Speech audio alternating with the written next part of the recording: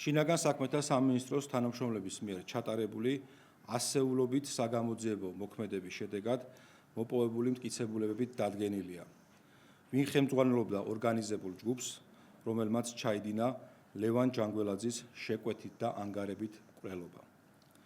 შესაბამისად, აღნიშნული სისხლის სამართლის საქმე ამ მიმართულებით სრულად გახსნილად შეგვიძლია გამოვაცხადოთ.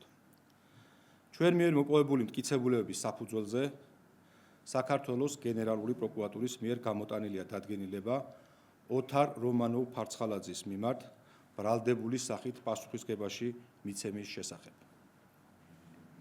ჩატარებული გამოძიებით დადგინდა, რომ დროთა განმავლობაში დანაშაულებრივ დაჯგუფებად ჩამოყალიბებულ პირთა წრეს და ამ დაჯგუფების ლიდერებს ოთარ რომანოვ-ფარცხალაძეს და მისი ნდობით აღჭურვილ პირებს ძმებ დავით და გიორგი მიქაძეებს ბიზნეს საქმიანობასთან დაკავშირებით გარკვეული სახის უთანხმოება და დაპირისპირება გააჩნდათ ლევან ჯანგველაძესთან. და ამ უკანასკნელთან დიდი ხნის დაპირისპირებაში მყოფ სხვა პირთა შეკვეთით ლევან ჯანგველაძის მკვლელობა დააორგანიზეს. ლევან ჯანგველაძის განზრახ მკვლელობას როგორც შექმნილი დანაშაულებრივი ჯგუფის უპირობო ლიდერი ოთარ რომანოვ-ფარცხალაძე ხელმძღვანელობდა.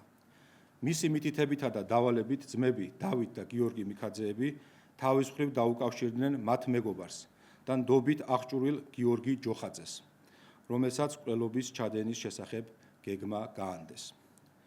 დანაშაულებრივი განზრახვის სისულეში მოსაყვანად დაგეგმილი შეკვეთილი მკვლელობის ჩასადენად მათ მიერ მოძიებული იქნა გიორგი ჯოხაძის დაცვის ყოფილი თანამშრომელი გელა უძილაური.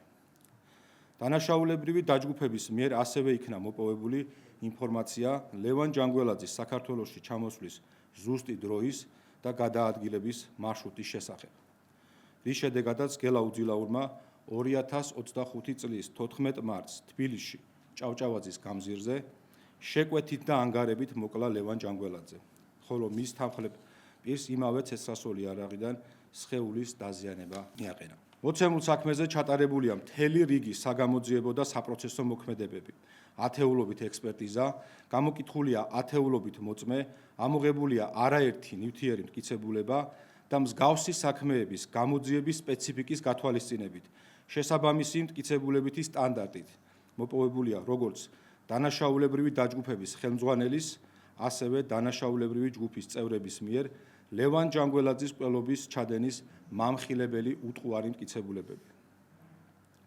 საზოგადოებისთვის ცნობილია, რომ აღნიშნულ საქმეზე დანაშაულის უშუალო ამსრულებელი გელა უძილაური მკვლელობის ჩადენიდან მალევე დააკავეს. მის მიმართ მიმდინარე წლის 24 ოქტომბერს სასამართლომ გამამტყუნებელი განაჩენი გამოიტანა და უძილაურს უვადო თავისუფლების აღკვეთა მიუსაჯა.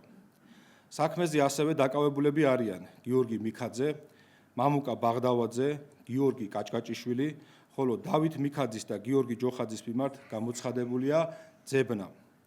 ასევე დაკავებულია მათი ყოფილი მეგობარი სანდრო წივწივაძე, რომლის სახელზეც იყო წარსულში რეგისტრირებული ლევან ჯანგველაძის მკვლელობის იარაღი.